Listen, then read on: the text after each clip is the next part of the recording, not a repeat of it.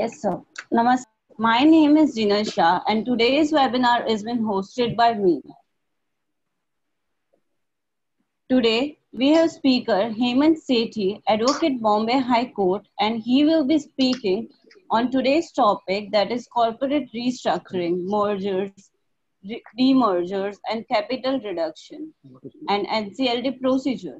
Now, I hand over the session to Sri Hemant, sir, for enlightening us with his vast knowledge and experience on the said topic. Thank you.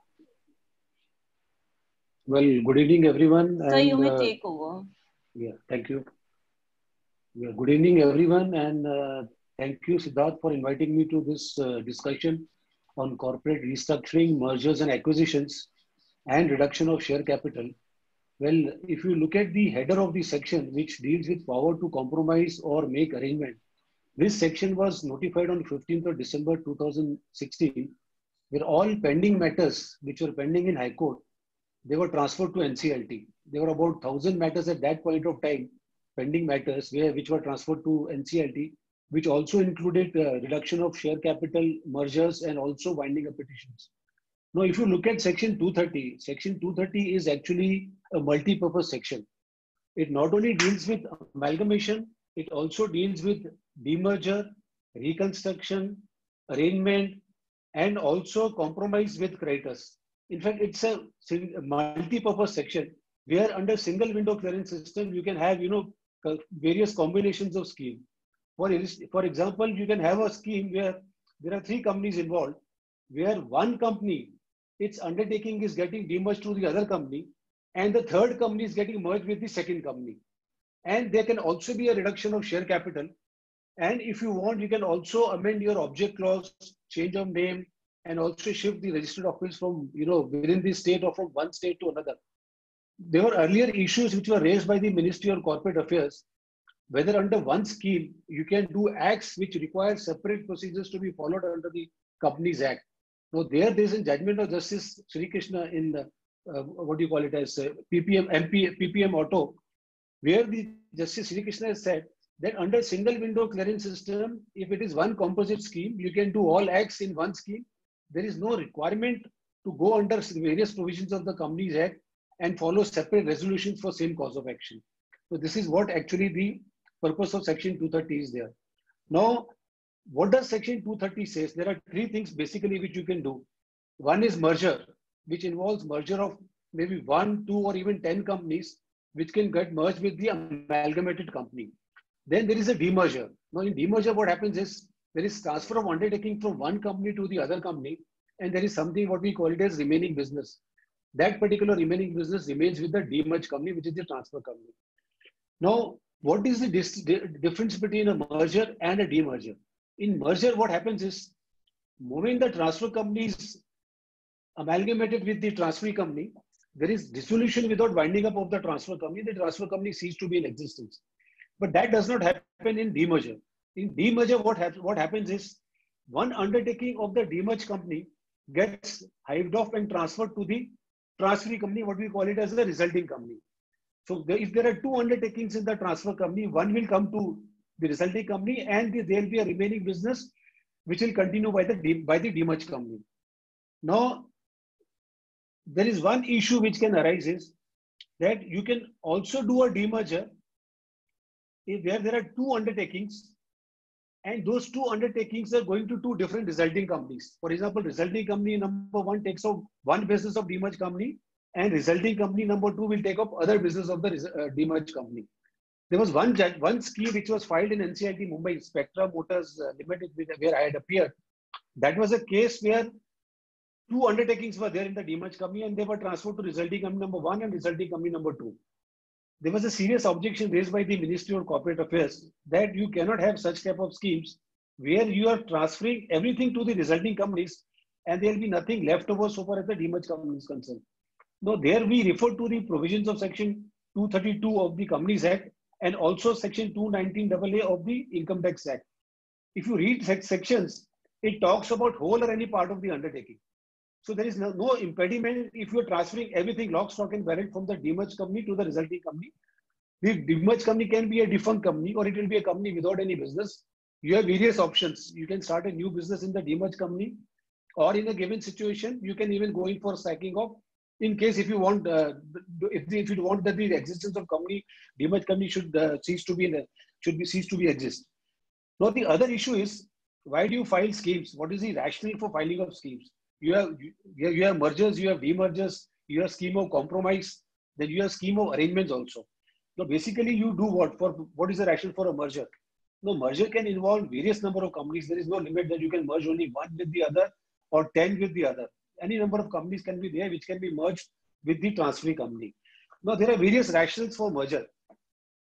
One of the rationale is, consolidation, where there are n number of companies and there are a lot of compliance which are required to be done under the Companies Act, under the Income Tax Act and various other acts. For example, if 2 or 3 of your companies are the NBFC company, a lot of filings is required to be done with the Reserve Bank of India.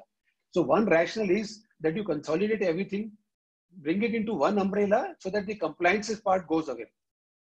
The second reason for merger is if your transfer company is a loss-making company and your transferee company is a profit-making company, what you can do is you can merge a loss-making company with the profit-making company, and the transferee company in that case can take advantage of what you call it as Section 73 of the Income Tax Act. But there is one catch now. With GAR coming into effect, everything is left over to the income tax department. There are so many schemes which have been done for taking advantage of income tax provisions, where you take a loss-making company, merge with the profit-making company, and the profit-making company gets some tax benefits and concession. But under GAR now, whenever you draft out a scheme, you have to give more importance and stress to the rationale of the scheme. You have to build a strong rationale that in future you have to demonstrate that, look here, I am not doing this merger only for the purpose of evasion of income tax or tax planning. My actual rationale is something else, which may also include tax planning, where I may save some tax so far as the transferee company is concerned.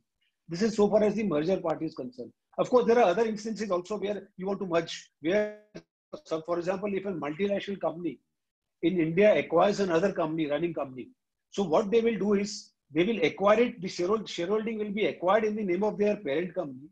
And what will they do is they will merge this company with the parent company, so that they have one single representation and presence in India. So many companies are there, L'Oreal, and you will find various multinationals which acquire companies by way of shareholding, and then they merge that company with their parent company. Now the second type of restructuring is demergers. What is demerger? As I told you that you hive off one division from the demerged company to the resulting company. Now there are two rationales, major rationales as to why you do demerger. One of the rationale is that suppose in demerged company there are two businesses. One is say manufacturing, other is investment. Now you want to concentrate, want that one company should concentrate on one business. So what you will do is you will incorporate a new company, what will be called as a resulting company.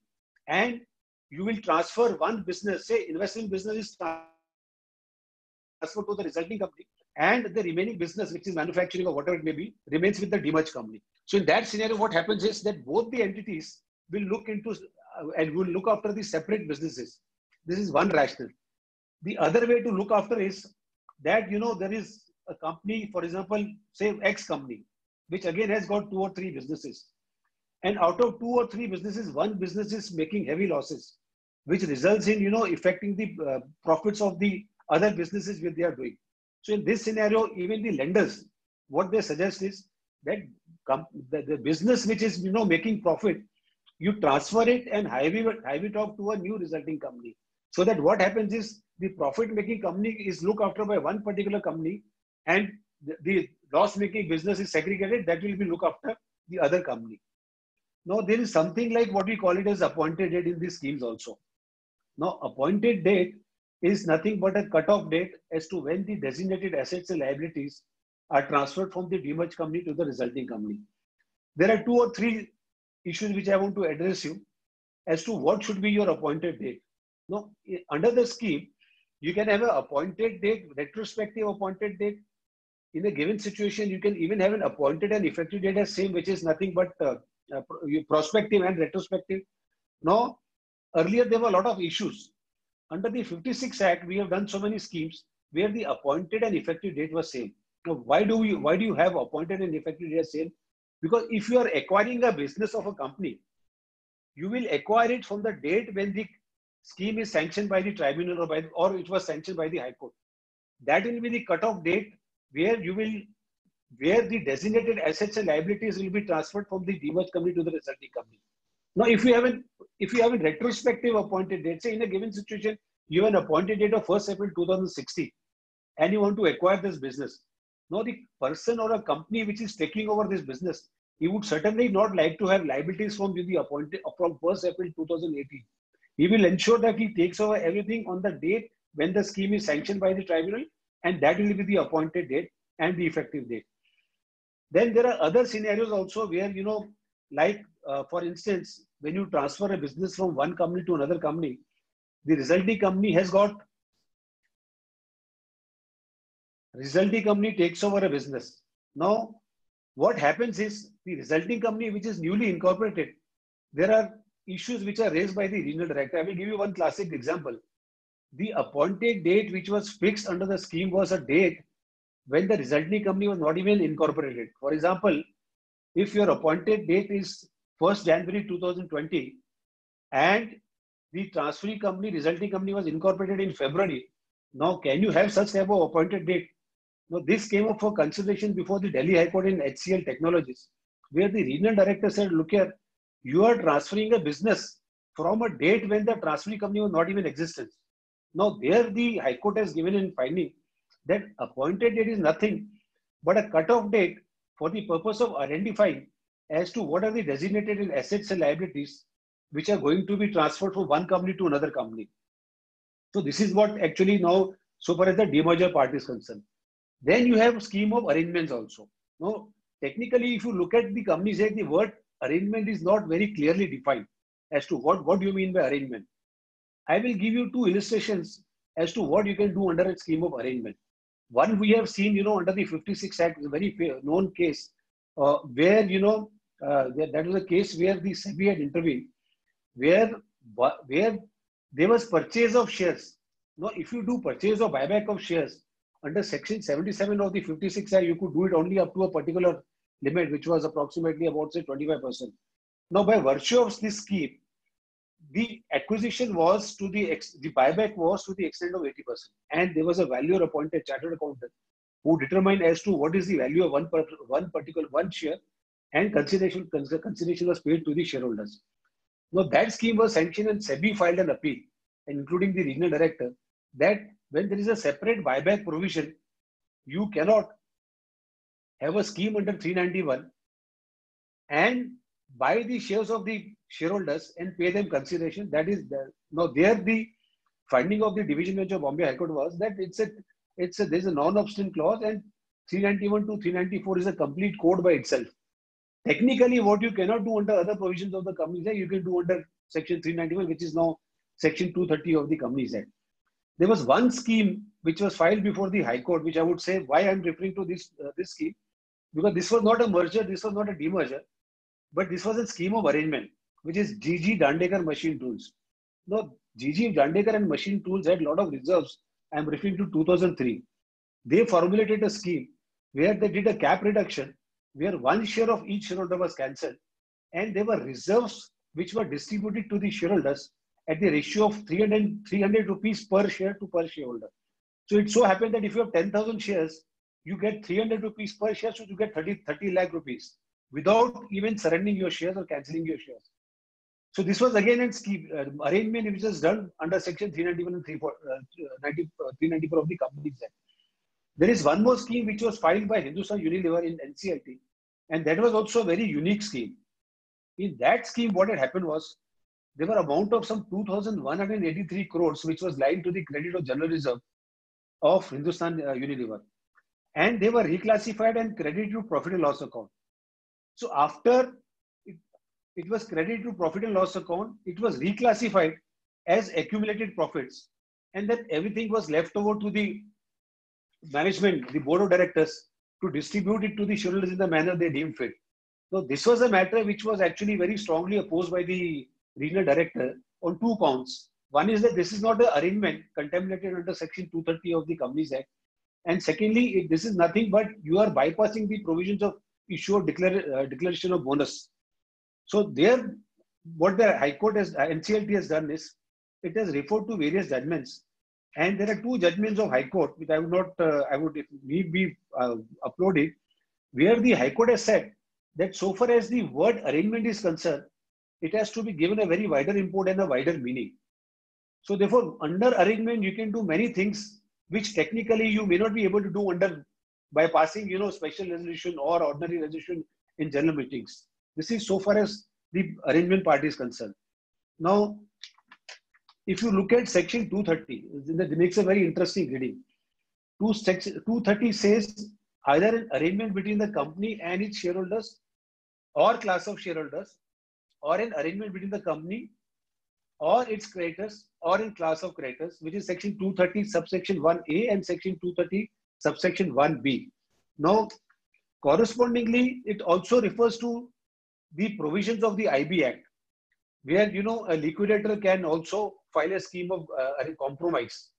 Now, here what happens is you have 231A and 1B, which talks about arrangement between the company and shareholders, which may involve merger, demerger, reconstruction of companies.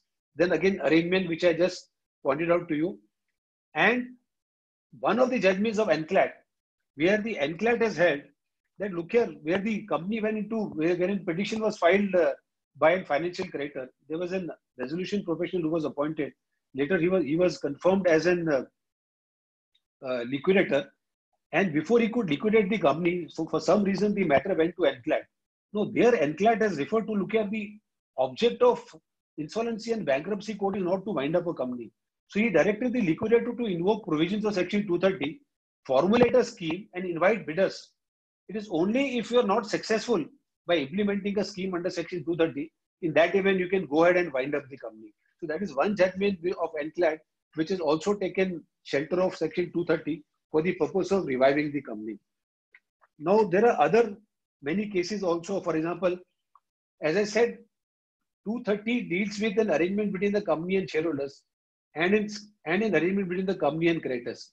Now, when you formulate a scheme in a given situation where your scheme is only an arrangement with the shareholders and not with the creditors, now the question which arises is whether you need to have a meeting of the shareholders or whether you need to have a meeting of shareholders and creditors. Now, there is a lot of confusion so far as the provisions of section 230 are concerned. And this confusion is compounded by insertion of section 230 subsection 9, which was not there in the erstwhile 391-394 Act. Now, what does 230 subsection 9 says? That if you want a dispensation or meeting of creditors, you must have consent of 90% of the creditors by way of an affidavit. And then the discretion is given to the tribunal either to dispense or direct the company to convene meetings. Because if you look at section 230 subsection 9, it only refers to may and not shall. So therefore, having a consent of 90% of creditors doesn't secure you from getting a dispensation of meeting of creditors. Now, many of the tribunals have been directing the companies to hold meeting of not only of the shareholders but also of the creditors in a given situation where your scheme is under section 230 subsection 1B and not in accordance with section 230 subsection 1A. Now, I remember that when the section was notified, and one of the first matters which was argued was Kirloskar Pneumatics. It came up before bench 1 of NCLT Mumbai bench. Now there again, this section 230 subsection 9 was read. And we had successfully argued and pointed out to the members that you have to first see what my scheme is. Whether my scheme is under section 231A, which deals with an arrangement with creditors, or my scheme is an arrangement with shareholders, which is contemplated under section 231B. Now, if I fall under first category, which is an arrangement with the creditors, and I want dispensation of meeting of creditors, in that scenario, section 230 subsection 9 will apply. And therefore, I can get a 90% consent of affidavit of creditors, and you can dispense with the meeting of creditors. But this will not apply in a situation which is a scheme of arrangement between the company and shareholders under section 230 subsection 1B. Now, that argument was accepted, and in all the matters which are now filed in Mumbai NCLT, I can say that we have very rarely held a meeting of creditors in a given situation where the arrangement is between the company and shareholders, or that the NCLT directs is, okay, if you're not holding meeting of creditors, you publish notice in newspapers and you can just post individual notice to all the creditors inviting objections. Now, the issue regarding,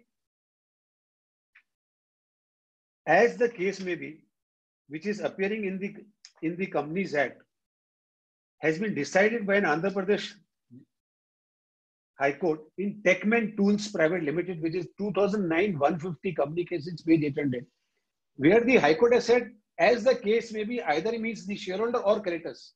So if your scheme is with the shareholders, there is no requirement in law to hold meeting of creditors.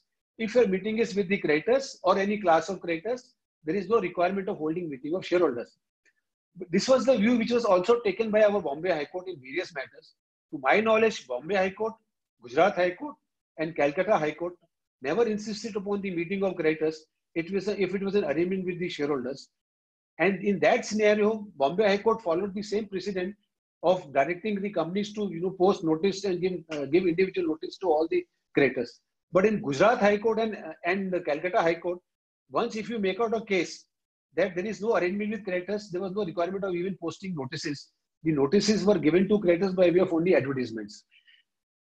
And this is what has been followed in Mumbai bench. But I have not seen this following before the other benches, where in both categories of scheme, whether it is arrangement with shareholders or in arrangement with creditors, in both the scenarios, they direct you to even convene meeting of creditors. This is one aspect of the matter. Now, there are schemes where, like you merge a subsidiary with the holding company. A holding company may even be a listed company listed with stock exchanges having large number of shareholders and creditors. Usually what happens is that you have to file a petition on behalf of both the entities, the transfer company as well as the transferee company. In a merger between subsidiary and holding, are you required to file an application and petition on behalf of the holding company, or are you also required to hold meetings of the shareholders and creditors of the holding company, which is a listed entity? The first judgment of Bombay High Court was in case of Mahamba. Now, Mahamba was a case where only the transfer company had filed an application and no application was filed by the transferee company. The registry raised an objection that while the application has not been filed by the transferee company. Now, in Bombay High Court, we never had the practice of filing joint application and petitions. For each of the companies, the separate applications were filed. So that matter was referred to Justice Chandrachud, and Justice Chandrachud referred to the settled law. There are various judgments of Delhi High Court at that point of time. And there's a rationale which is laid on is that when you merge a wholly owned subsidiary with the holding company, there are two criteria which are required to be met in case if you do not want the holding company to file an application petition or for the purpose of convening meetings of the shareholders and creditors of the holding company. One is that there should not be any reorganization of share capital. Now, what do you mean by reorganization of share capital?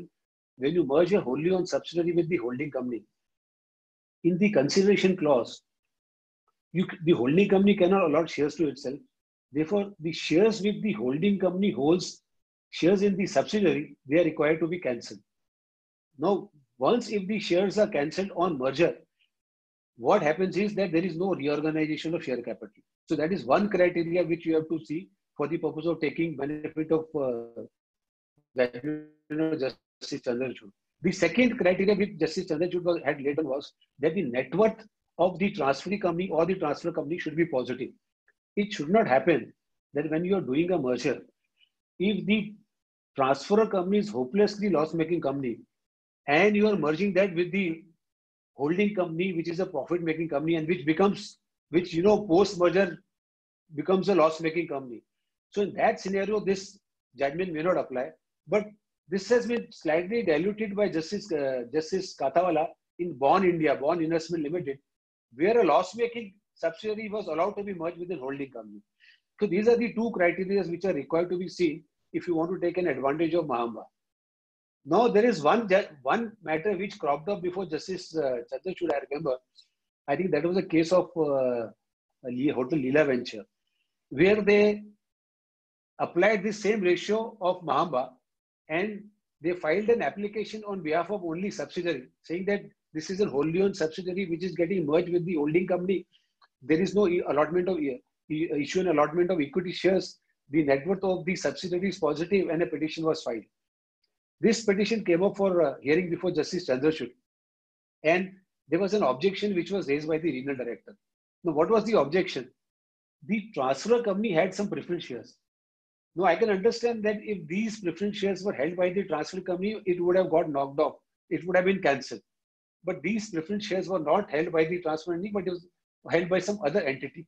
So in this case, they wanted to take advantage of Mahamba, but this was not allowed by Justice Chandrachud, because even if there is cancellation of equity shares, but there is allotment of preference shares. So once if the preference shares get allotted, then there is reorganization of share capital. So therefore, the holding company was directed to convene meeting of equity shareholders and give notice to all the creditors. Now comes our NCLT. Now in NCLT, many applications were filed, and the NCLT did not initially decide what to do when when the subsidiary is only filing an application and the application is not filed by the holding company, and whether Mahamba should be applicable to NCLT, because 230 provisions which were notified on 15th of December does not contain any provision for dispensation or meeting of shareholders and creditors of holding company, or for that sake even to file an application and petition on behalf of the holding company. So first matter was decided by Mumbai bench in case of HDFC. Now that was a case where a lot of these judgments were cited, and the law was also cited, what you call it as binding effects, binding precedents, where an old act is repealed and there is a new law, and in the new law doesn't contain provisions which are contrary to the old law, then you can follow the judgments of the under the old law. So the first bench, it was of Justice Prakash Kumar and Justice Narasenapati. They said, okay, you follow Mahamba, but you must also file an application on behalf of the holding company with a limited relief and prayers that this holding company will file an application and give notice to all the regulatory authorities. Because if you look at section 230, so there's a newly inserted provision of section 230 subsection 5, which says that you give notice to all the regulatory authorities. So you can file an application on behalf of the holding company. Your limited relief will be that you will be giving notice to all the regulatory authorities. You have to make those usual arguments of Mahamba that there is no reorganization of share capital of the transferee company post sanctioning of the scheme. Net worth of the transfer company or the transferee company will remain positive. So if these two arguments are made, then you will get a dispensation of meeting of shareholders and creditors.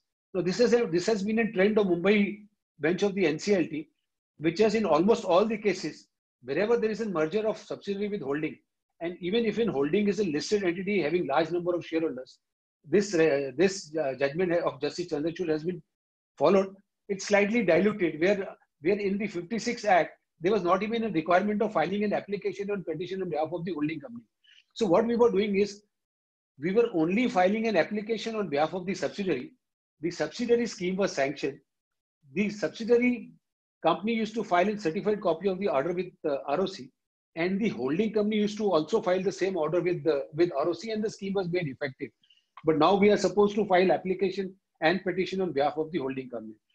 Now, I have seen one order of Bengaluru bench passed by Mr. Mishra, technical member, who's now a technical member in NCLAT, where he has sanctioned a scheme where even the petition and application on behalf of the holding company was not filed. And there are two orders which have been passed by Delhi bench, applying same ratio Mahamba, where you see the application was filed, but no meetings were held.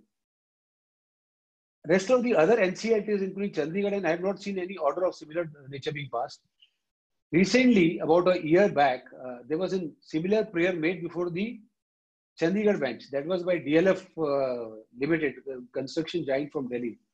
And that was a case where they made a similar prayer that you dispense with the shareholder and creditors meeting in view of judgment of NCLT Mumbai and various other judgments of High Court. Though there, what they had done was, they had in fact filed an affidavit annexing compilation of various judgments. Most of the judgments were from Mumbai NCLT. And those judgments were not deferred by NCLT Chandigarh bench, and they directed the meetings of the shareholders and creditors of the holding company.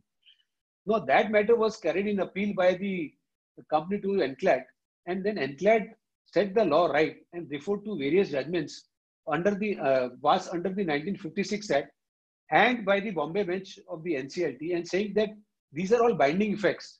Now, if you want to take a different view, judicial discipline says if one coordinate bench has passed an order, either you agree with that or you refer to a larger bench. So that judgment was set aside and the matter was remitted back to the tribunal. Now, this is so far as the merger of subsidiary and holdings are concerned.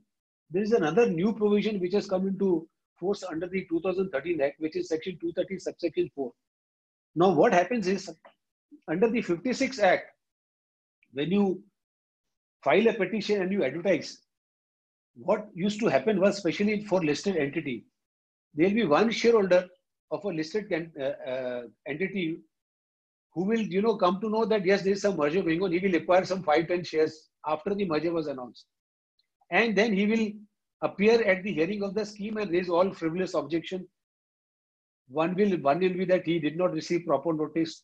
The second objection will be on valuation of shares, and the entire process of merger was delayed. So under the 2013 Act, there is a provision which has been added as subsection 4.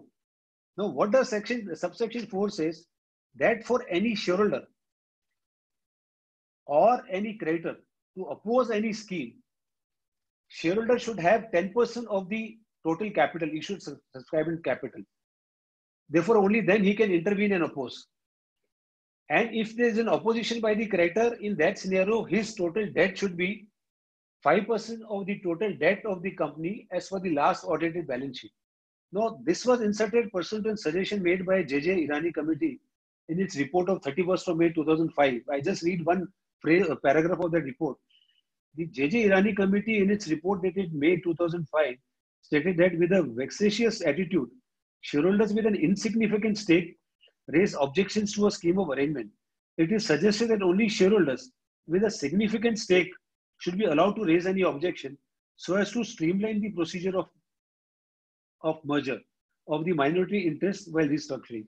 So now under the 2013 Act, you will very rarely find, shareholders holding 10 shares, 100 shares or 500 shares coming and opposing the scheme. And there are, of course, creditors who have time and again come and intervene, but they were hit by this provisions of subsection 4, section 230. There's one more issue which I want to like to highlight is, what in a given scenario, if a creditor whose debt is more than 5%, now can he intervene in a scheme? No, there, and request the tribunal that his debt should be paid. Now, so far as 230 jurisdiction is concerned and 391 of the 56 Act was concerned, the jurisdiction was supervisory and not appellate. It's in settled law. You will find it in Mir Mofatlal's judgment, Mofatlal Industries, where the court has said that the jurisdiction of the court under 391 is a supervisory jurisdiction and not an appellate jurisdiction. And the role of judge is like an umpire in a game of cricket. How well they prepare should be left about to the players. So even if a creditor who has got more than 5% cannot use scheme to recover his debts, which may or may not be disputed, because his claim or documents which he files with the NCLT cannot be decided by the NCLT because its jurisdiction is supervisory. The only thing which NCLT can protect him, where the bench finds that ultimately if he's a creditor of the transfer company and that company gets merged with the transferee company, whether the net worth of the transferee company is becoming negative, in that case, the rights of creditors certainly are, affected. And that was the stand which was taken even in a case where the arrangement was between the company and shareholders, where there was no requirement of meeting of creditors. In such scenario, the courts have held and even the tribunals have held that you ought to hold meeting of the creditors to have their view. In a situation where, you may be a loss-making company, but if you have a requisite majority of creditors present and voting, in that scenario, you see, even with the creditors opposing, there is no question of one creditor stalling your scheme. The other aspect of the matter is what happens if a shareholder opposes a scheme. If he has more than 10%, it generally happens in either in private limited companies where there are family-owned companies, or it happens, in companies, public companies, unlisted companies. So there also basically you can challenge it only one aspect, that is the valuation. That the valuation was not correctly done. This particular method was not adopted because if you do by this particular method, then I will get more shares in the transferee company. So that is the only stand which he can take, possible stand, in case if he wants to challenge and he has 10% of the total issued, subscribed and paid up capital. Then there are various new provisions which have been, added under in the 2013 Act. One is Section 230, subsection 5, which says that notice has to be given to all the regulatory authorities. Now, under the 56 Act, Section 394, you were supposed to give notice only to ROC, RD, and official liquidator. There was no such provision for giving notice to other regulatory authorities. Under the 56 Act, very late when this section was notified, 230 was notified, I think about 6 years before that, the MCA, Ministry of Corporate Affairs, came out with a circular that you should give notice to Income Tax Department of every scheme which is filed. Now, there was some issue in one of the companies where the Income Tax Department intervened and they said, look here, they should shift the appointed date, because if they don't shift the appointed date, there will be heavy loss of revenue, running into some 30 crores. So from that notification onwards, we were also giving notice to the Income Tax Department. But under the Companies Act, there was no such requirement. Now, you may, even under the 56 Act, suppose in a given situation, you are doing an NBFC business. NBFC regulations as formulated by RBI may require you to give them notice. So that notice you are giving them not under the Companies Act, but under separate regulations. Same was the case of, say, media companies, channels. So there you are supposed to give notice to Information and Broadcasting Ministry. Stockbroking companies, which as a stockbroker, if you are doing business, you are supposed to give notice to SEBI, and you are supposed to give notice to Stock Exchange. But these provisions were not there under the 56 Act. Now, under 2030 Act, you have to give notice to all the regulatory authorities. Now, at what stage are you supposed to give notice? Under the 56 Act, there were two motions like we have over here. First motion was either you get dispensation of meeting of shareholders if you have consent letters or affidavits, or after the meetings of shareholders were held, then you are filing a chairman's report. After filing of chairman's report, then you are filing a petition. And then when the petition was admitted, that was the point when you were giving notice to all the to RD, ROC and to official liquidator where the transfer company was involved. But under the 2013 Act, moment you file an application and the tribunal gives you direction for convening meeting of shareholders or creditors, simultaneously you are also supposed to give notice to all the regulatory authorities, which will include a comprehensive, notice and explanatory statement, which is given to the shareholders or the creditors meeting, inviting objections, and that representation has to be made within a period of 30 days. One thing which you will find under 230 is that there is a deeming provision that if the regulatory authorities do not file their objection within a period of 30 days, then there is a deem approval. Now, so far as this provision is concerned, it has not been adhered to by the regulatory authorities, and even the benches are quite liberal in giving time to the regulatory authorities. So therefore, these provisions are very, of course, they are there, but then they are very liberal. There is one more feature in Section 230s, unlike in Section 394, which also involved a capital reduction. The Company Code rules of 1959 emphasize, I think Rule 85 of the Company Code rules, which says that if a merger also involves reduction of share capital, then you must separately follow provisions of reduction of share capital, which was erstwhile Section 100 of the Companies Act 1956 Act. But that has now been done away under the 2013 Act, where there is an explanation to Section 230. Now that explanation says that when you are doing a corporate restructuring under 230 by way of a merger or a demerger, and it also involves reduction, there is no requirement of separately following provisions of reduction of share capital, and it will be done under 230 itself. This has also been confirmed by one of the tribunals by NCLAT, where NCLT, I don't recollect the bench, directed the company to follow provisions of Section 66 parallelly, and that matter was carried in NCLAT, and the and the judgment was look here, nothing doing. 66, there's an explanation given to section 230. No requirement of complying with provisions of section 66. One more feature of section 230 is that there's a requirement of having an auditor certificate under section 133, which says that the accounting treatment which is there in the scheme is in par with the accounting standards, and that certificate is mandatory, which is required to be filed with the application, and it has to be done. It has to be annexed to the petition, without which your petition will not be sanctioned. So 133 is an additional requirement where you are supposed to have a certificate, accounting treatment certificate.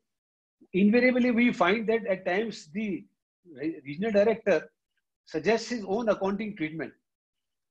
That no, you don't transfer it to general reserve, but you transfer it to capital reserve, which may be different than what your auditor has given in certificate. Now, there the situation arises is whether you should go by the certificate issued by the statutory auditor or suggestion made by the regional director. Most of the time, what happens is that to avoid delay, for the matter not to become as a contested matter, we concede what the regional director says, and accordingly we give undertaking. Then, of course, the auditor is bound by the undertaking given to the tribunal, and tribunal accepting the undertaking. Technically, according to me, once if an auditor gives a certificate, you have to go as per the accounting treatment duly certified by the auditor. That can be easily contested before the tribunal. That if an auditor who's in statutory authority under the Act, if he has given a certificate, there is no reason for the company to adopt a different accounting standard what is suggested by the regional director. That is one aspect of the matter. And so far, unfortunately, you see, because there are certain timelines to meet, we agreed to and we concede, okay, let's do it the way it is suggested by the ministry. The other important feature is, appointed date in the scheme. Under the 56 Act, there were many schemes which were, we were having appointed and effective date as same. But under 230 Act, we have filed schemes where the appointed and effective date was same. So there the regional director has been raising objections that you cannot have an appointed date where there is no calendar date. Where there is no calendar date, and there is a reference of section 232 subsection 6, which says that the scheme under this section shall clearly indicate an appointed date from which it shall be effective, and the scheme shall be deemed to be effective from such date and not at a date subsequent to the appointed date. So these are provisions of the 2013 Act 232 subsection 6. So we were filing petitions and schemes with an appointed and effective date as same. We were relying upon the judgments under the 56 Act, and one order of tribunal in Godrej, I think it was Godrej Industries, where NCLT Mumbai bench held like, look here, your appointed date has to be a calendar date. It should be 1st, 2nd, 10th April, 10th May, 1st May. So you should have a calendar date. Now, there were various complications in this, why you were having appointed and effective date as same. For example, if you're, as I said, that you are doing a demerger, and by virtue of demerger, the resulting company is actually acquiring in business. Certainly, you cannot have an older appointed date, retrospective appointed date, say 1st April 2019, which I gave you an example. So why, if I'm taking a business, I should take all liabilities from 1st April 2019? The purpose of having an appointed and effective date is the same, and it is defined in the scheme is that the appointed date is a date when the scheme becomes effective, and the effective date is a date when the certified copy of the tribunal is filed with ROC. So moment the copy of the order is filed with ROC, your scheme becomes effective, and that is the cutoff date when you work out with the designated assets and liabilities which get transferred to the resulting company. Lot of representations, and there's also India's Indian accounting standard.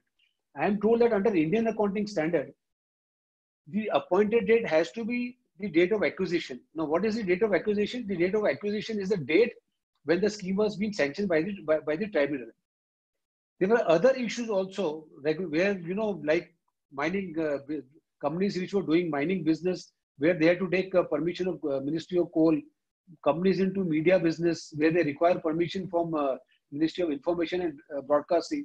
So a lot of representations were made.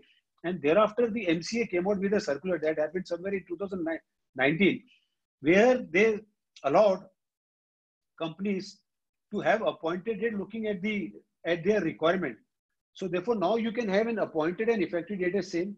You can have a retrospective appointed date. You can have a prospective appointed date looking at your restructuring of the business requirement under the scheme.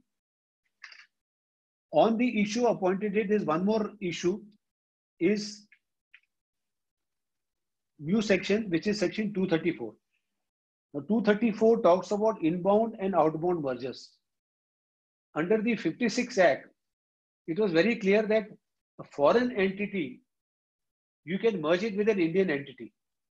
But an Indian entity could not be merged with a company which is incorporated outside India. That was not permitted. Only there were many like companies which were incorporated, BIV companies, British Virgin Island or Mauritius. We had done a lot of schemes where the subsidiaries which were incorporated outside India, they were getting merged with the Indian holding company. That was permitted. And there was no requirement of taking permission of RBI. But under section 234, which was notified much later than the section 230 was notified, there are separate set of rules and regulations which have been formulated. Rule 25A of the company's compromise arrangement and amalgamation rules. And for that, basically what you require is a certificate pursuant to regulation 9.2 of the Foreign Exchange Management Cross-Border Merger Regulation 2018. And that is about dated 20th of March 2018. So what now you can do is, you can also merge an entity in India to an entity which is incorporated outside India. But for that you require a certificate. It is actually a self-certification by a managing director making certain disclosures which are notified by the RBI. It is not that you have to take permission. You can inform the Reserve Bank of India about your proposed merger, but that certificate is required to be filed with RBI in a given situation, and you have to attach it to your application and petition. This applies in both these scenarios now, not only an inbound, but also an outbound. Earlier, there was no such requirement of certificate if there was a company incorporated outside India, if it was getting merged with an Indian entity. That was not the requirement. Now, one question which I would like to highlight is, when you can do a merger of an Indian company with a company incorporated outside India, can you do a demerger? Demerger is what? Only one business goes, the company is not dissolved without wind up. So that came up for consideration before the NCLT Ahmedabad bench, one of the group companies of Sun Pharma. What they did was, they formulated a scheme of demerger, where one of the undertakings of the demerged company based in India was being transferred to a company incorporated outside India. Now, there the judgment which the NCLT Ahmedabad has given is that you cannot have a demerger under section 234. 234 applies only to mergers. That's what the judgment of NCLT Ahmedabad is. I do not know if the company has gone to NCLAT, but as of now, this is the law which applies. Now, previously we had also, done mergers of partnership firm with a company. A partnership firm comprising of 7 and more partners technically is an unregistered company, and an unregistered company under section 390 of the 56 Act could be merged with a company. We have done it in Demaxon India. There's one company which where the Bombay High Court has passed an order, and where there were 7 partners. And what happens was, the partnership firm got merged with the company and the partners were allotted shares in the company. No, there is no corresponding section under the 2013 Act corresponding to section 390. So now you cannot have merger of partnership firms with a company under 2013 Act. Of course, there were also cases where few LLPs were merged with the company under the 56 Act. There is only one judgment of Mumbai NCLT where an LLP was merged within company, private limited company incorporated under the 56 Act. So since there was no objection by the regional director, this scheme was sanctioned. I believe there's another matter of NCLT Karnataka, but I believe that order was set aside by NCLAT, which says you cannot merge an LLP with a company. So these are the issues so far as the merger under 230 to 232 are concerned. Now, of course, there are separate set of rules which have been formulated, like rules 5 and 6 of the compromise and arrangement rules, where, you know, in case if you are asked to convene a meeting of shareholders or creditors, there are a host of disclosures which you are required to make: supplementary accounting treatment, disclosure that the scheme has been filed with ROC, the effect of scheme on the creditors, directors holding pre-post, and I mean, it's very exhaustive. So that will apply to a situation where you're holding meeting of shareholders and creditors. Then there is a new provision which has been added in section 233, which technically applies to small companies. A small company, you can say, having in paid up capital which does not exceed rupees 50 lakh, or a company where the turnover of its is as per the last profit and loss account does not exceed 2 crore or such amount as may be notified by the Ministry of Corporate Affairs. Now, 233 lays on a separate provision of doing a merger where the application has to be filed before the regional director and not before the NCLT. Of course, under I think 233 subsection 11, there is an option given to the company that even if you are a small company, you can always file an application before the NCLT. There are two drawbacks or three drawbacks if you invoke 233. One is, first of all, it takes the same amount of time we have seen. You file it in NCLT or you file it before the regional director, more or less the time consumption is same. Second, the second difficulty is that you require a solvency certificate. Now, what do you mean by solvency certificate? That only a company with a healthy or a positive net worth can, you can invoke provisions of section 233, go to RD and get the scheme sanctioned. The other drawback is that in a given situation, if the RD rejects for some reason, what do you do? Come to NCLT again and follow the procedure again? So this is the third drawback. Now, one more major drawback which I will tell you with the silent is where this section is very sketchy and not very clear. When you are convening a meeting of creditors, what is the requirement? Generally, in any general body meeting, the requirement of meeting is what 75% of the value, present and voting, not the entire debt. But if you go under 233, there is a circular of MCA which says that the scheme has to be approved by creditors present and voting, and those present and voting should hold this 75% of the entire debt of the company. It should be entire debt of the company and not present and voting. It is impossible. You have a big company which has large number of shareholders or large number of creditors. It is practically impossible.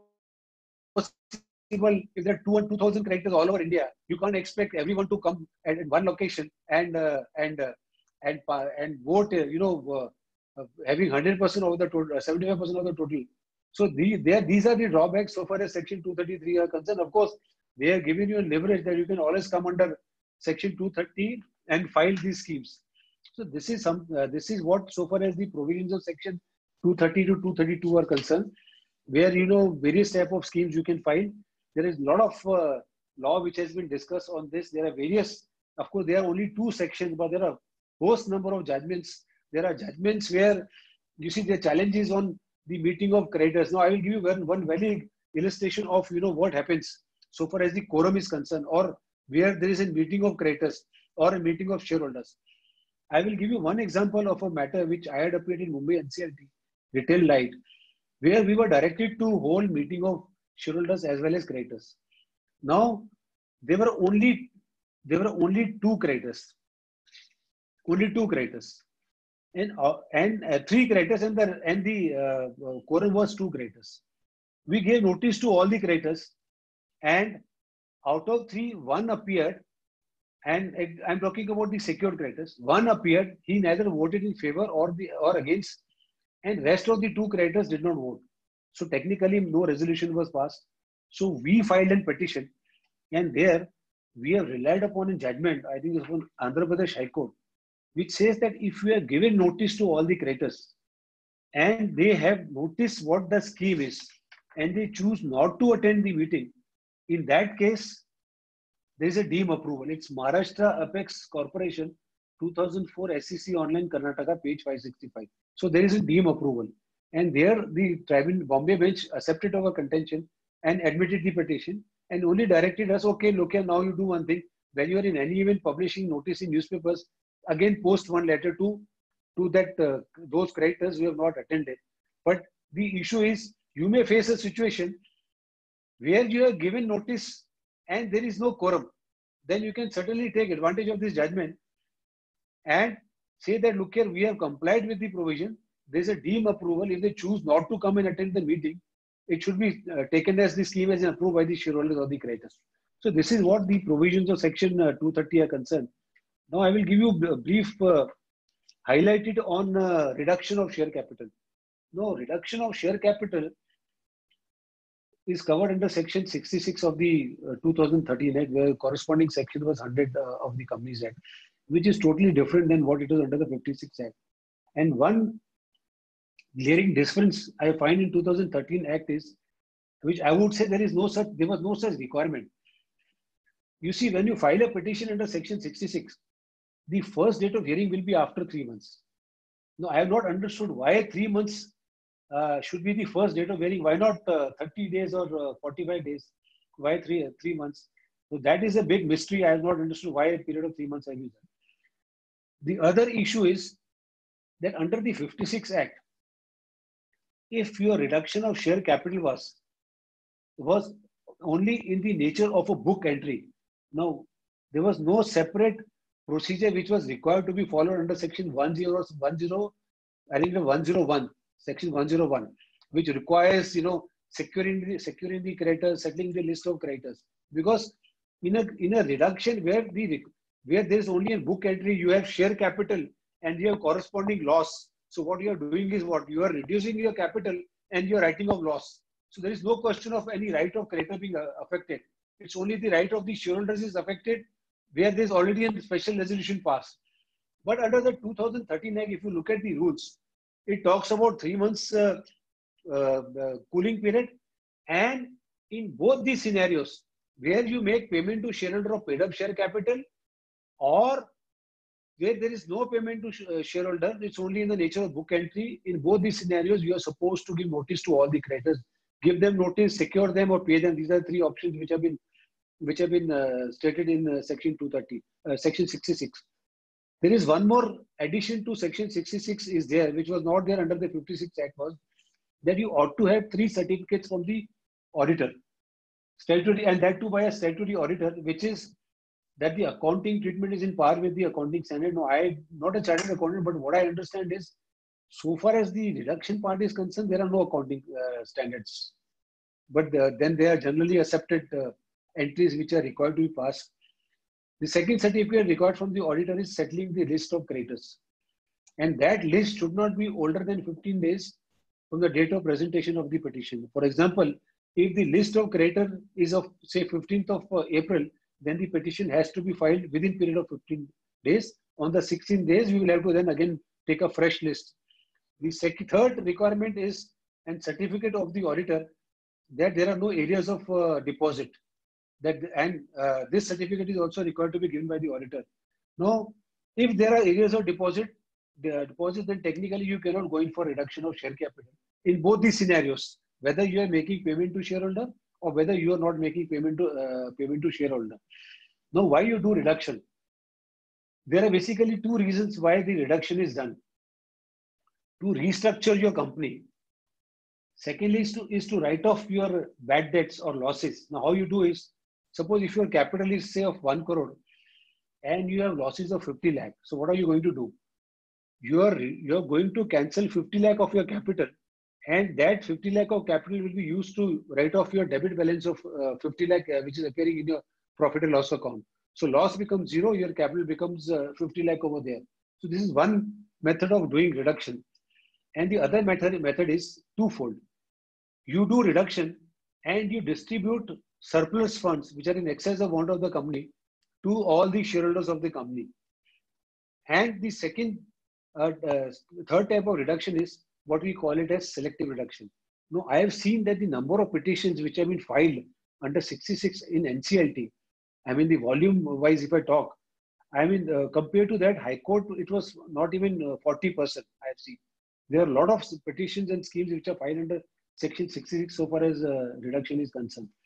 Now, there are two criteria to meet. If the money is in excess of want of the company, you can distribute surplus to your shareholders in proportion to their shareholding. So there, according to me, no valuation report is required because you are distributing what is surplus. So that part it goes. The second type of reduction, as I told you, is selective reduction. Like there is an MMC, some multinational firm abroad which has invested in your company, and the arrangement is that he will take an exit after a period of 2 years. So what you do is you do a selective reduction, and in selective reduction you cancel shares of that particular shareholder who's based outside India and pay him as per the valuation. There's a valuation which is required. Now, on that, one must note that when you are cancelling a shares of a shareholder who's based outside India, you cannot pay more than the valuation. You can certainly pay him less than the valuation. The RBI or the authorized dealer will not permit that. So this is the second type of reduction. The third type of reduction, where many schemes have been filed, is again a selective reduction, where you are squeezing out the minority shareholders. Now, what you do is this: you have a scheme of reduction where the special resolution is passed, and in that special resolution, you are cancelling shares of non-promoter shareholders. So what happens is the non-promoter shareholders are given an exit at a fair market value on the basis of a report of a chartered accountant, and they are given exit. So far as these non-promoter shareholders are concerned, there is a lot of litigation which has taken place where many of the non-promoter shareholders have opposed such type of reduction on twofold. That, look here, you cannot give us a forced exit. If we have acquired shares of a company, it is our choice whether to continue as a shareholder or to dispose of our shares at a given particular of time. The second fight is always on the valuation. And I have seen in High Court, where we have appeared in Wärtsilä and other matters, that the company comes out with a valuation of a chartered accountant who does valuation taking into consideration various methods, net asset, EBITDA, earning before interest, depreciation, comparable. You compare, your company with other companies carrying on similar line of business, and then earning per share. And then you take out an average and arrive at a particular valuation. What happens is that the shareholder who's opposing will get another valuation report. And if my valuation is 300, I will give an example of Wärtsilä. In Wärtsilä, the valuation was some 365 rupees per share. So the shareholder who had opposed had got some valuation of a chartered accountant where the valuation was some 1,100 plus, which was almost thrice the more than the valuation which the company had got. So there, the challenge was made before the High Court, and it came up before Justice Kathawala. Now, there are two ratios and rationales behind this. Whether you can do a selective reduction or not has been decided by a judgment of the Chancery Division in British and American Trust. And it's not something where you are doing it for the first time. This judgment has been followed by Bombay High Court in Sandvik Asia. Now, Sandvik Asia was a scheme where Section 100 petition was filed for reduction of share capital. Many of the minority shareholders came to High Court opposing the scheme, and the single judge had, look here, in these type of matters, you should not go in for a petition under Section 100, but you should file scheme under Section 391 of the Companies Act. So that Sandvik Asia's petition was dismissed, against which Sandvik Asia filed an appeal, and that matter came up before division bench presided by Justice D.K. Deshmukh. There, Justice D.K. Deshmukh referred to judgment of British and American Trust and various other judgments, which says that 230 under Section 100, you can do what you call it as selective reduction. And he also gave an illustration in Section 100 that, okay, if the minority shareholders are opposing, for the time being, let us segregate, let us keep aside the vote of majority promoter shareholders aside. Still, there was majority within the minority. So the issue of selective reduction, and this judgment was carried in appeal before the Supreme Court, and Supreme Court rejected the appeal filed by the minority shareholders. So law that you can do a selective reduction is now a settled law. The only challenge which a minority shareholder can make is on the valuation. What do you do when you have two valuation? One valuation by the company, say 300, and the other by the shareholder, where the valuation is 1200. So there we have taken up 2 or 3 defenses. One is that so far as the objector is concerned, even if you take into consideration the objection of the objector and including the shares of the non-promoting shareholder who have attended and voted, still we have majority within the minority. That is one argument which we can take and we have taken. The second is that so far as the valuation is concerned, out of 50 non-promoter who have attended and voted, 48 have voted and 2 are opposing. So for these 2 shareholders who are now challenging valuation, you look at the interest of 48 also, those 48 non-promoter shareholders have accepted valuation. And therefore, the valuation which the company has accepted should be the final valuation. Now, on valuation, the law is well settled. It's covered by a divisional judgment of Andhra Pradesh High Court. It is there in Vatsila, which has been confirmed right up to Supreme Court. Cadbury's India is one judgment. So the law is well settled that if there is a valuation and you get another valuation, if fundamentally you cannot find any fault in my valuation, even if your valuation is higher, the second valuation cannot be a ground, for rejecting my valuation. That's a certain law which has been dealt with in Cadbury, Vatsila, and the division Valumidi. I think there's a division judgment of Andhra Pradesh High Court. So therefore, the valuation of the company has to be accepted. Therefore, minority shareholder on this count there are in fact several schemes where the minority shareholder has lost the matter. Recently, NCLT Mumbai bench in Atlas Copco, which we had appeared, there the objection raised by the minority shareholder on the aspect of valuation has been rejected. The NCLT Mumbai bench has approved the reduction. Now the matter is pending before the NCLAT. The matter has been heard and it is reserved for orders. The other aspect of the matter is that in such type of matters, where what you do when you pass a resolution, special resolution, and I'll give you a very classic example of Atlas Copco. Before I give you the gist of the matter of Atlas Copco, there's a judgment of Justice Sikri when he was in judge of the Delhi High Court in Reckitt Benkay. Now, Reckitt Benkay, the ratio which is laid down is that so far as domestic is the reduction is concerned, it's a domestic affair and it should be left over to the shareholders themselves. And there also, in many cases where the minority shareholders or 1 or 2 or 3 shareholders who are opposed, the courts have rejected their contention. And there's another judgment in Reckitt Benkay. That's also a very unique judgment where suppose you pass a special resolution where out of 10 lakh you are cancelling 1 lakh equity shares. Your special resolution always mention the number of shares which are going to be cancelled, and on cancellation you are going to make payment to shareholder. Now, in the other second matter of Reckitt Benkay, Justice Sikri, it was again order was passed by Justice Sikri, where Justice Sikri has said, okay, if you want to continue as a shareholder, you will continue. So to that extent, the resolution was modified. Now, what has happened in Atlas? What we did was in Atlas Copco, this scheme was approved by requisite majority. We filed a petition under Section 66 of the Companies Act.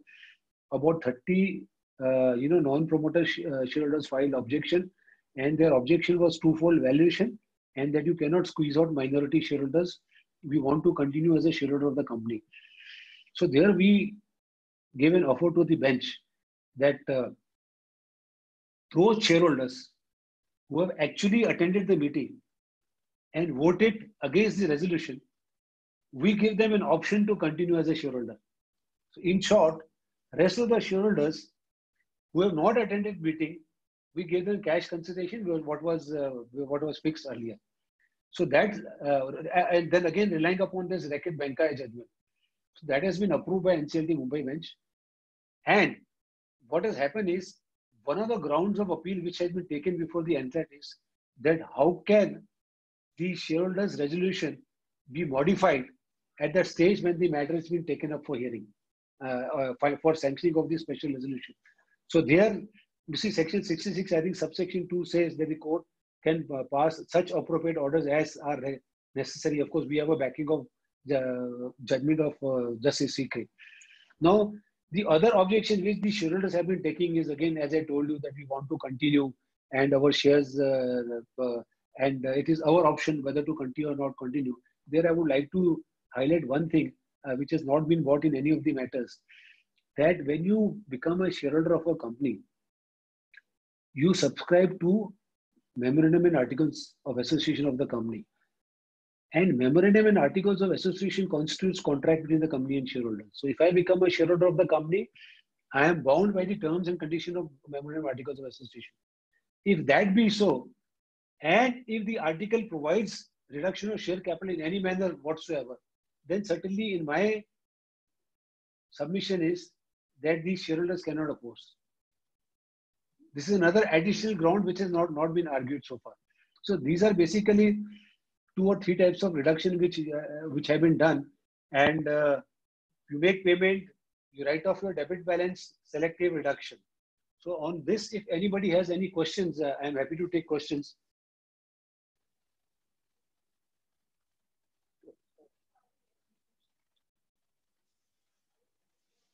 Now, first question which I read is, kindly read cost reduction as capital reduction. I have not understood this. Are you referring to the cost involved in reduction, or what is it?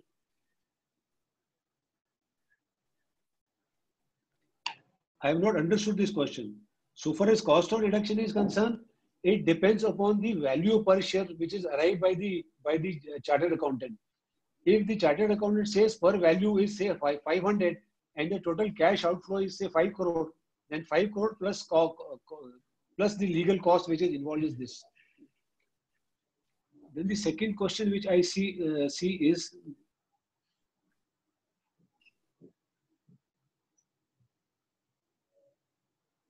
as per the resolution plan approved by NCLT, the shares of promoter will be extinguished. No one again that got.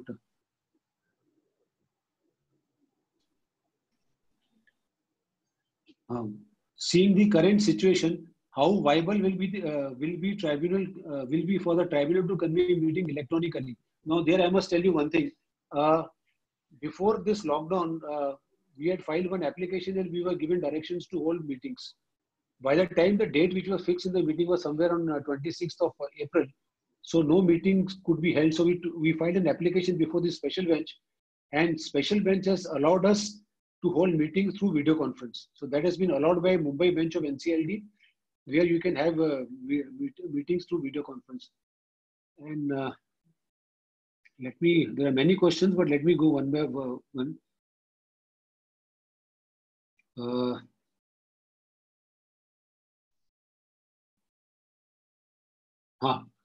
In respect of MCA circular for appointed date, I understand that we need to mention the rationale in the scheme where the appointed date is more than 1 year old from filing.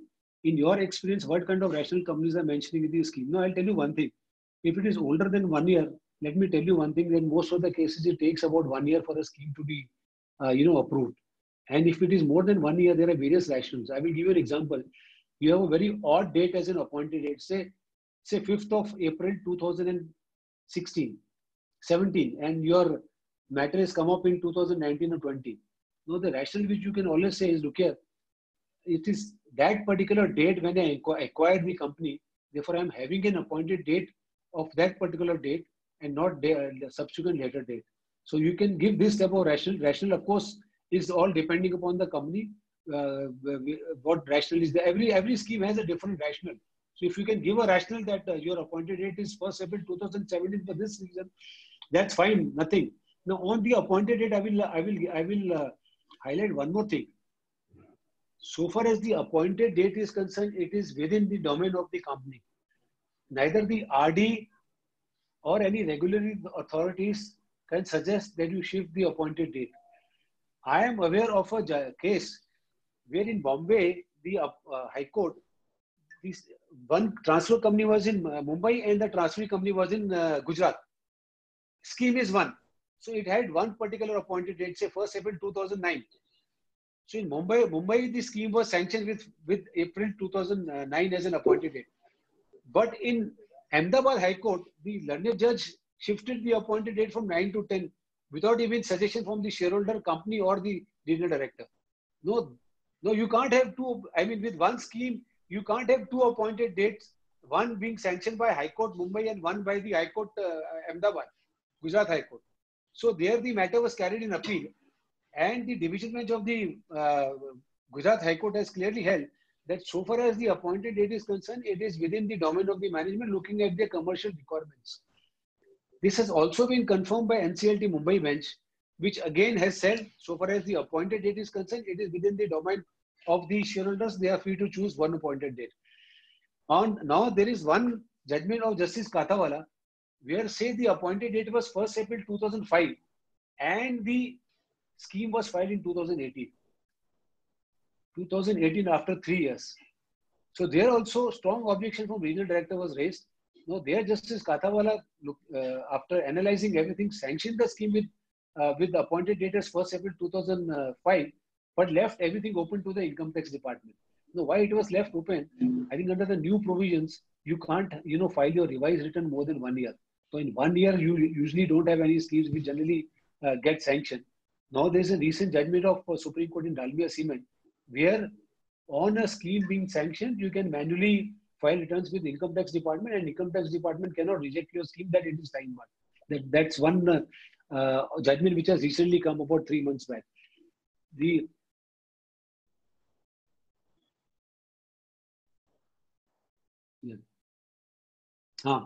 Can we get dispensation for holding meetings of the creditors, obtaining written consent on the basis of positive net worth of the transfer and transfer company? So there I have already addressed that it depends what your scheme is. It is under section 231A or it is under section 231B.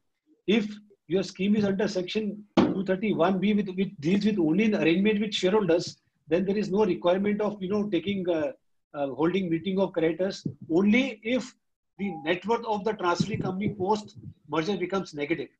That's the settled law under the 56 Act and now also under the 2013 Act. But as I said, that it is only NCLT Mumbai bench which is giving dispensation of meeting of creditors. Other benches I think are not giving. So if the loss-making transfer company has negative net worth, whether dispensation could be obtained based on HDFC judgment. Now here again, even if the transfer company's net worth is negative, you can still go in and apply HDFC judgment provided the net worth of the holding company does not become negative post-merger. That you can always argue and bring it to the notice of the court.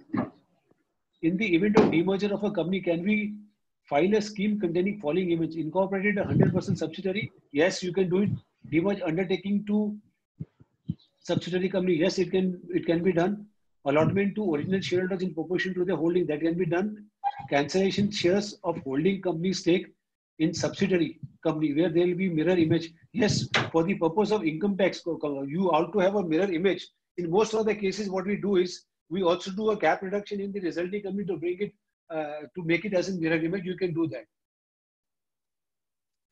That again, whether you want to cancel or not cancel, what you want to do is from tax point of view, you will have to look at your requirements under the of your company's health and what exactly you want to do. Then can a partnership be merged with the company? No, under 2013 Act, no. But under the 56 Act, you could have done it if the number of members was 7 and more.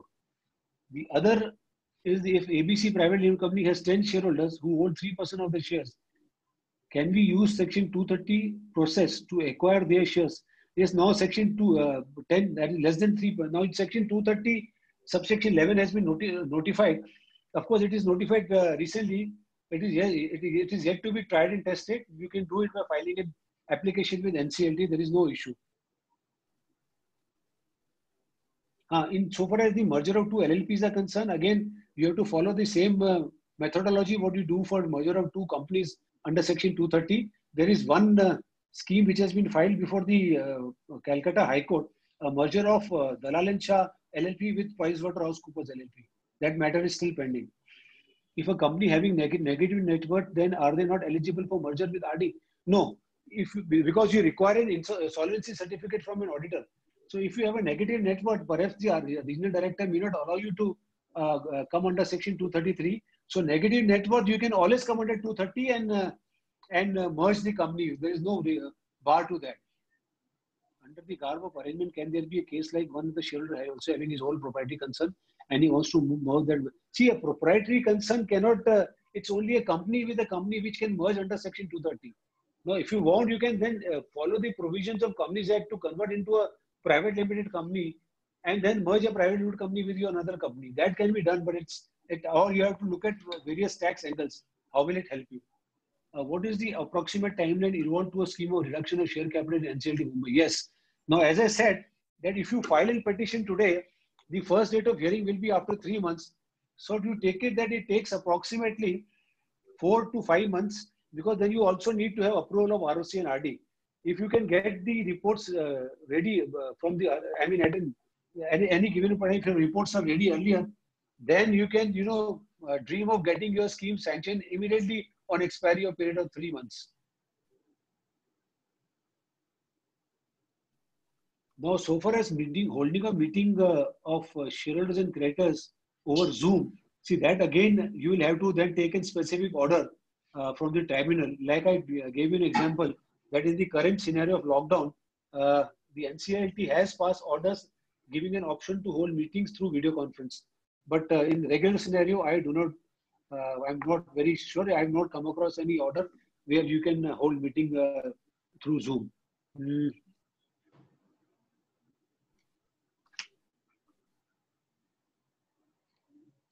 Sir, are there any precedents for in specie capital reduction? I have not understood. If you're talking about in specie, means selective in few shares. Yes, you can do it. Now, here also, I will give you one illustration of Mumbai bench of the NCLT.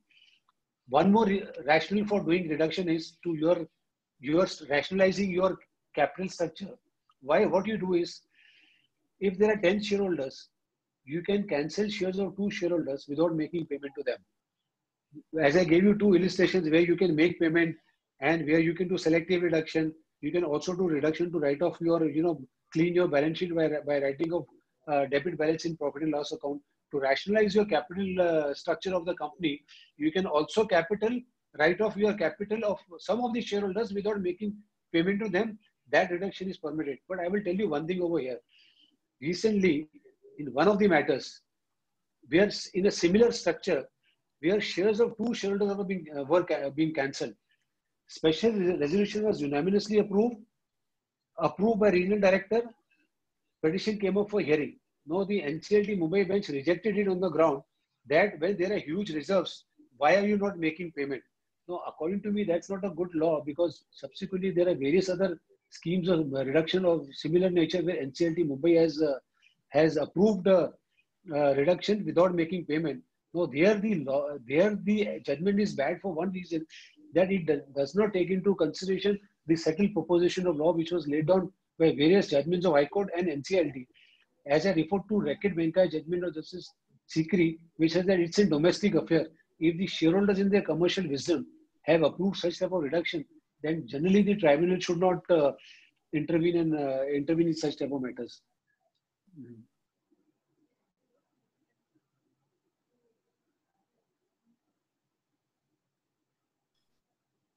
Now, there's another, seeing the current scenario, how viable will be a tribunal convening meeting to hold? Yes, you can hold it. You have to make an application MA and take an order from NCLT that you can have meeting through video conference. We have taken, in fact, 5-6 matters in last about 10 days. That is permissible in law, and the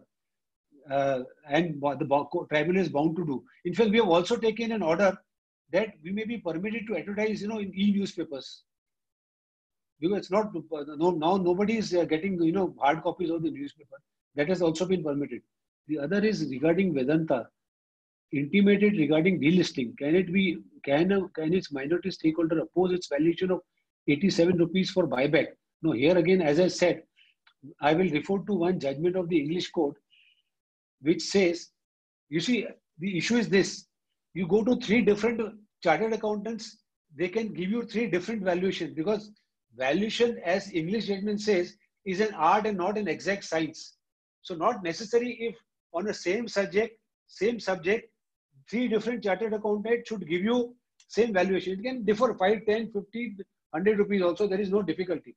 Now, in your case, if this 87 rupees has been approved by a thumping majority or a requisite majority, then it is very difficult for you to succeed and oppose such type of reduction. Seeing the currency, okay, now to what extent the agreement between the shareholders override the law? Now, so far as I have seen in many share purchase agreement, where you enter into a share purchase agreement, there are various recitals, various terms and conditions are incorporated. Tomorrow, if there is a dispute and you take shelter of, and these agreements are with the company. So tomorrow, if there is a dispute and you take shelter of this share purchase agreement, it has no effect in law, because correspondingly, you have to amend your memorandum articles of association and incorporate the same terms and conditions in your article. If those are missing in the article, it is very difficult for you to enforce share purchase agreement, because the law is well settled that articles constitute contract between the company and company and its shareholders. There is judgment of Supreme Court of Justice P.V. Sawant in Kalinga Tubes and Justice Chandrachud in Birla Peruchini of Bombay High Court.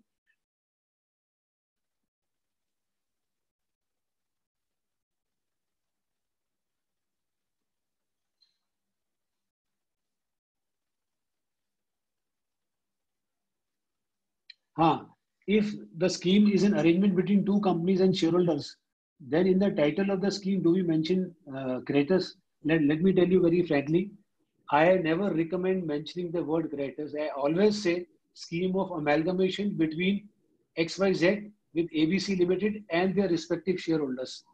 You should never write and creditors, because there is no compromise with the creditors. I can give you one illustration where the company had added the word and creditors.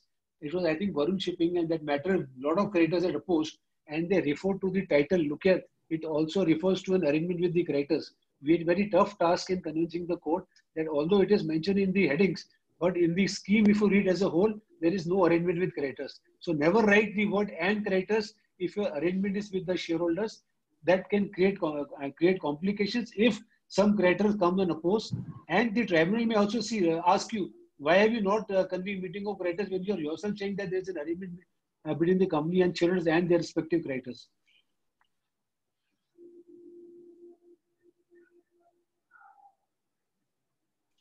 Can we send notice to regulatory authorities on email in a current scenario? Yes, we have sent the notices by email to all the regulatory authorities.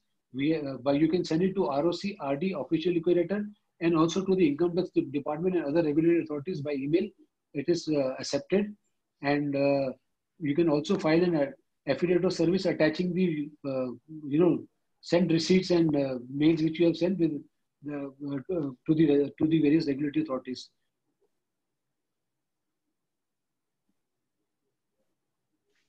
Whether the unsecured creditors are also included in creditors for the purpose of creditors meeting. Now, when you are asked to convey meetings of creditors, there will be a separate meeting of secured creditors and there will be a separate meeting of unsecured creditors.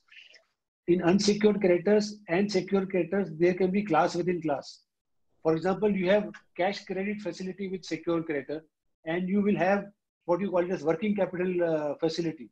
You may have a scheme where you want to have a arrangement with only cash credit, secured creditors having cash credit facility. In that scenario, there is no need to hold meeting of creditors with whom you have working capital facility.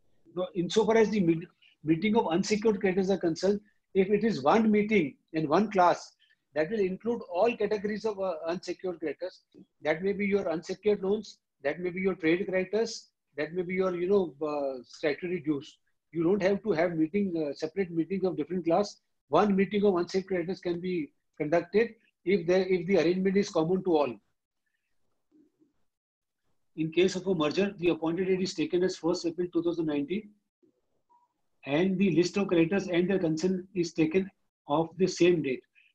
Later, the same got paid off. How do we go about it? Now, this is an interesting question. You see, appointed date is something different, and list of creditors and consent of creditors is something different. Appointed date is only for the purpose of identification of assets and liabilities for the purpose of giving effect to the scheme, and also as to when your designated assets and liabilities are getting transferred. So far as the consent affidavit is concerned, you don't, suppose if your appointed date is 1st April 2018, would you take consent of creditors as on April 18? That's not the correct scenario. Under the 2013 Act and rules, if you read section rule 5 and 6 of the compromise arrangement rules, your list of creditors or financials should not be older than 6 months. Now, there is a very interesting judgment under the 2013 Act which the NCLAT has passed. That was a case where, suppose you file a scheme petition in 1st January 2020, take an illustration, and the order is passed in the first motion in March 2020, and you give notice to all the creditors as on January 2020. There is a case where the creditors have come to the tribunal and said, look here, they have played fraud. We were the creditors as on the date when the order was passed, and no notice has been given. This matter went to NCLAT, and NCLAT has given in finding that rule provides your list of creditors should not be older than 6 months. Should not be older than 6 months. So it cannot be that if your matter gets adjourned from time to time, you can't just keep on updating your list of creditors. If there's a cutoff date, if you have taken that date, you can give notice to all the creditors of that particular date, but it should be within a period of 6 months. It's your option. The second option is that if your matter has been heard after say 2 or 3 months of filing of the application, if that scenario, you can give notice to prepare a fresh list and give notice say 1 month older than from the date of the order, that you can do it. So can't be as on the appointed date. And you know, there may be a situation, if you are taking a list as on the appointed date and today you are filing an application, those creditors may not be a creditors today because you may have paid them off, and these creditors are all paid in rotation. Is it possible to file reduction of so? Yes, you can file it. There are precedents reduction is reduction. If you file a scheme for reduction, you will have to pass a special resolution and file a petition with ROC. Can a company have a future appointed date? One scheme which I had filed was Atlas Copco. That scheme was filed in April 2018 and the appointed date was April 2019. And one of the objections which the regional director had raised was it's in future appointed date. Now what happened was matter was held after April 2019. So we took up a plea that it was prospective and now it has become retrospective. So you can have an appointed date, future appointed date. Now it is cleared by even the resolution of the MCA circular which has come that you, depending upon your commercial requirement, you can have a future appointed date. So prospective, retrospective are all now made available to you. There is no bar now in having a future appointed dates. Can a public company merge with a loss-making private company or a profit-making company? Yes. There is a judgment of Delhi High Court, Bihari Holdings. I remember that was a loss-making listed holding company which got merged. No, that was a loss-making holding company, profit-making holding company, which got merged with its subsidiary, which was a loss-making company. And there the objection was raised by the regional director. Then again, it's a commercial decision and doctrine of indoor management. If the shareholders have approved your reduction of this type of scheme, where you're merging a loss-making with a profit-making or a profit-making with a loss-making, and you have a requisite majority of shareholders and creditors, it is up to you to decide. And the finding of the Delhi High Court was very clear. I mean, even if it amounts to tax saving, your schemes are not devised for the purpose of, generating income for revenue for the department. It's a, this is part of all your tax planning. You can have such type of schemes.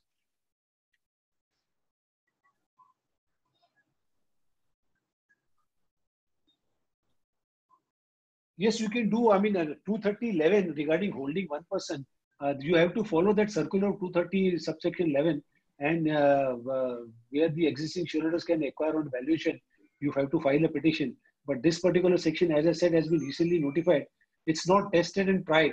So to file petition, what happens, what view is taken, we do not know, but you can certainly do it.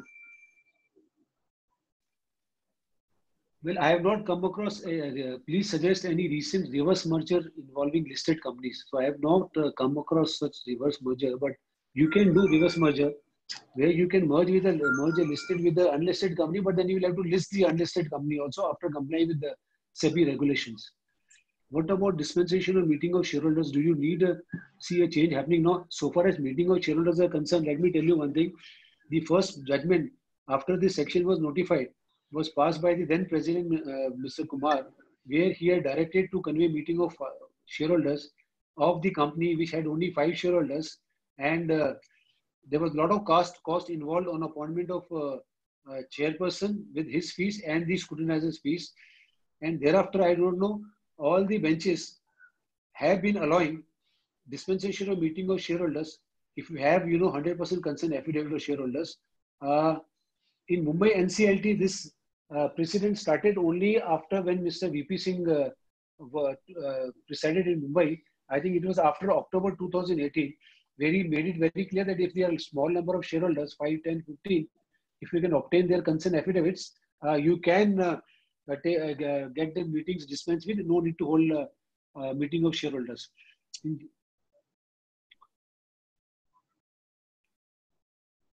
On what are your views on the outbound demerger considering Sun Pharma? Now, this is again will have to be tried and tested. I will just give you an example. 233 of the Companies Act talks about a merger of a small company with its holding company. Now, issue arose whether you can do a demerger between a subsidiary and holding under Section 233. There were few schemes which have been rejected by the regional director. Thereafter, there is a clarification which has come from MCA, where they said that even if this demerger is between subsidiary and holding or they are small companies, you can do demerger under 233. So therefore now, outbound demerger, as of now on plain reading of this section, I don't see the word demerger happening. But if there is a interpretation of a section by an NCLAT, then perhaps we may be able to do. But as of now, it is forbidden. There is already a judgment which is rejected.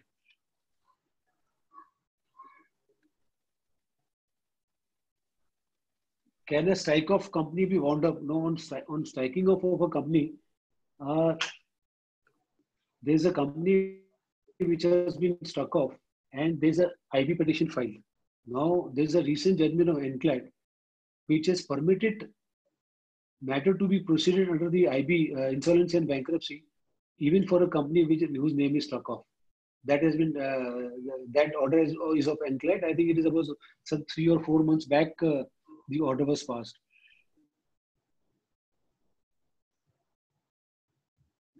Whether an Indian branch of a foreign company can it be demerged to an Indian company? We have done it. Act uses the word amalgamation, demerger word is missing. So now again, as I said, we have done it under the 56 Act. This will again have to be tried and tested because it doesn't use the word amalgamation.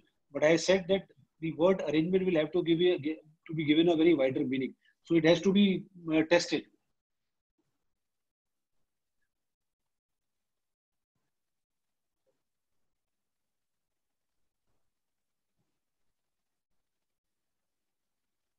So there is some issue on company incorporated in Mauritius, which is currently a subsidiary of Indian company, will become subsidiary of another Indian company incorporate a GIFT City. How does ODI application work? And this I will not be able to tell you without if you explain me properly with a graph what is exactly happening, because it is slightly confusing. Can we do cap reduction by paying minimum consideration even if the company's net worth is negative? Yes, there are cases where on valuation, the value per share is below the par value. It's 2 rupees, 3 rupees. If it is accepted by the shareholders, not necessary that you cannot do cap reduction, you can do cap reduction. Whether the capital reduction can be undertaken via a negative reserve or by taking a loan. Now here, there is a matter of mine which is being contested in NCLT Mumbai bench, where we don't have the money. Some 200 crore is to be remedied to the shareholder, and we have given an undertaking that on sanctioning of this scheme for reduction, there is an investor who's going to pump in money, and we have given an undertaking of that investor to NCLT. The NCLT was not inclined to sanction such type of reduction, but we have cited judgments under the Chancery Division, which under the old English law, there are schemes for reduction which have been permitted with taking loan and making payment to shareholder. So I don't see any lacuna or any bar under the 2013 Act. Section 66 doesn't says that you cannot do a reduction by borrowings. Where do we find? It's again a doctrine of internal management.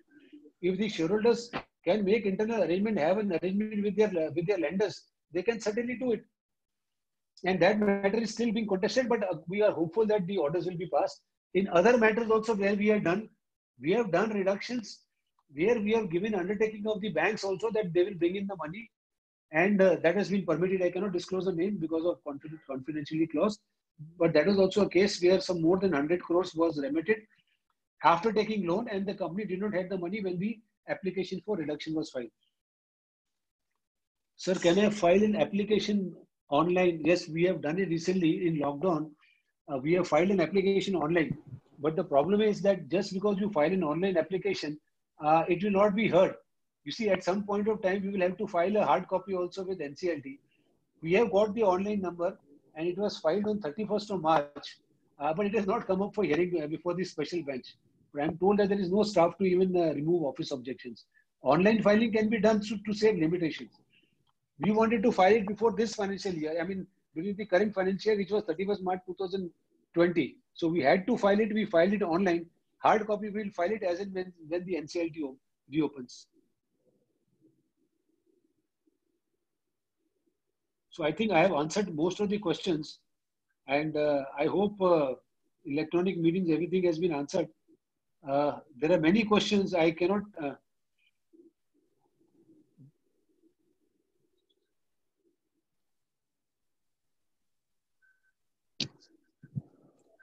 So do you want me to assist you with questions? No, I have heard most of the answers I have given. There are some questions which have been repeated. The one is regarding that merger order is required to be adjudicated by stamp authorities. If the scheme involves transfer of immovable property in Maharashtra. Now here I will give you one very interesting aspect of the matter. If you are merging a wholly owned subsidiary with holding company, if the wholly owned subsidiary had got immovable assets worth even 100 crores, then the stamp duty which you are required to pay is only 100. There is some internal circular of Mumbai stamp authorities. Now, one thing which you have to take care is it should be in wholly owned subsidiary. As the benefit of that circular, you will end up paying full stamp duty on immovable property. Other than subsidiary and holding, you have to refer to Bombay Stamp Act. I think it is Article 25DA, which has given the chart of as to what is the stamp duty payable on allotment of shares and immovable property. And I think the maximum cap is some 25 crore rupees. And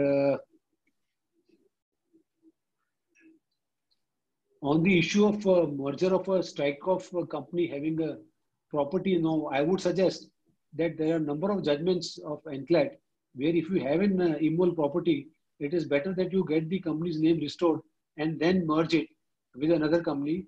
NCLAT in various orders have permitted restoration of name of the company if there was an immovable property of the company whose name has been struck off. So I think everything one more thing. Now, so far as list of creditors is concerned, whether it should be based on provision, not necessary. Suppose if you are filing a provisional balance sheet as on 31st of October 2019 and the scheme is filed in February or March, so not necessarily your list of creditors should be same. You can have a list of creditors of the current date or maybe near about to the filing of the application. Maybe as I said, should not exceed beyond 6 months. How will a cross-border merger works with countries which does not permit cross-border merger, say Singapore? Will it be so? I will give an illustration over here. I had done one merger where a Dubai-based company was merged with an Indian company, and Section 391 scheme was filed. No, Dubai, there was no provision for merger. There was no similar provision like we had 391 or 230 under the Companies Act. So we followed the provisions of 391 Act so far as the holding company in India was concerned, and there we wound up that company over there. So by virtue of winding up of company based in Dubai, all its assets and liabilities were transferred to the holding company over here under a scheme of arrangement. Two different appointed dates in a sanction by NCLT Mumbai and Delhi. Now, if there is one particular scheme, one particular restructuring, you cannot have, because the same scheme is filed in two tribunals, say Mumbai and Delhi. There can't be that appointed date in Mumbai is different than appointed date in Delhi is different. It can't be, because the scheme is common. Yes, you can have different appointed dates. For example, if there are two businesses which are getting transferred to the resulting company, for business one, you can have 1st April as appointed date. For business B, you can have 2nd April as appointed date. So in this scenario, you can have two appointed dates, but it can't be one scheme filed in two benches. Where one bench cannot sanction a scheme with a different appointed date. That will not be correct. It will be set aside if an appeal is filed. I just cited you the Gujarat High Court judgment, division judgment of the Gujarat High Court. Same situation, Mumbai and Gujarat. Mumbai was sanctioned with one appointed date, and the Gujarat, the judge passed with another appointed date. There the division bench has set aside yeah. What is the difference between the appointed and effective date? No, every scheme which we draft, we mention the appointed date. We also mention what is the effective date. No, what is the effective date? No, the effective date is the date when the certified copy of the order passed by the tribunal is filed with ROC. Now, suppose if you file a certified copy of the order with ROC today, so your scheme becomes effective from today, and it reverts back from the appointed date, whichever may be your appointed date, 1st April 2017, 18 or 19. I have a situation where the scheme approved did not provide for treatment of fractional shares arising on issue of shares. What should be our approach? No, generally what you can do is it's a call if your scheme is silent. So what I would suggest to you, under 232, you can file an MA or with the NCLT and get the scheme modified to this extent that so far as the fraction issues are shares are concerned, if it is less than 0.5, you can cancel it. Or if it is 0.5 and more, then you can allot one share. To that extent, you can pass a board resolution, move NCLT, and get the scheme modified for effective implementation. That can be done. Now, previously, I will give you an example. In such type of scenario, where there was, part of the shares were held by the transferee company, it could not allot shares to itself. So what we were doing is we were under a scheme creating a trust. So the shares were being transferred to the trust, and on merger, the trust will hold shares in the transferee company, and then they will sell it at the best available price and give the cash consideration to the transferee company. But now that has been done away. Now there is a specific bar under the 2013 Act where you cannot hold shares in trust. It will have to be cancelled. You cannot have shares, transfer it in the name of the trust, save those shares, and cancel, and then sell it in the open market and get a cash consideration. Can you share the citation? It is Sharda, UAE one was Sharda. The first name is Sharda. I have that scheme. I have done it. I can share it. There is no difficulty.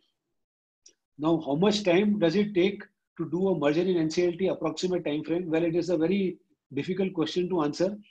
Different NCLTs have different time frames. Some NCLTs, the things move faster because the filing is very less. Mumbai has taken more also. We have done it within 3 months, and these are pending for 1 year also.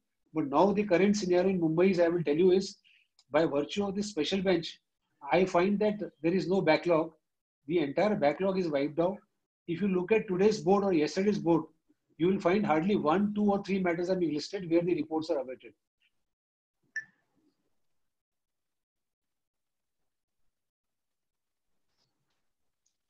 Sir, if a foreign company, holding company of a resulting company, holding company is going to issue shares as consideration in case of a demerger, for which authority? See, most of the allotment issues of shares is done through automatic route. There are RBI guidelines, and in certain sectors, if you fall under that sector, then you are supposed to take prior permission. Otherwise through automatic route, you can allot shares. There is no bar. Now, if there are several class of preference shares, shall a separate meeting of all class will be conducted? Now, here you take preference shares as one class. If there is no arrangement with any of the preference shareholder, if you are giving different treatment to different preference shareholders, in that scenario, you will have to hold separate meetings but only one meeting is sufficient for a preference shareholder. I would not even suggest you to hold meeting of preference shareholders if there is no arrangement with them. Because if you look at section 230, which I just illustrated, or as the case may be, if the terms of allotment of preference shareholders will remain the same even after merger, then there is no need to even convene meeting of preference shareholders. So I think I have covered everything, and thank you all for patient hearing, and thank you, Siddharth, for organizing this Thank you. program. Thank you, sir, for enlightening us on today's topic. It was indeed a very informative, and very delighting session for all of us. And I'm sure the same will surely help us in uplifting our profession to the new heights. We look forward to have many more sessions like this from you. Thank you, sir. Thank you. Thank you.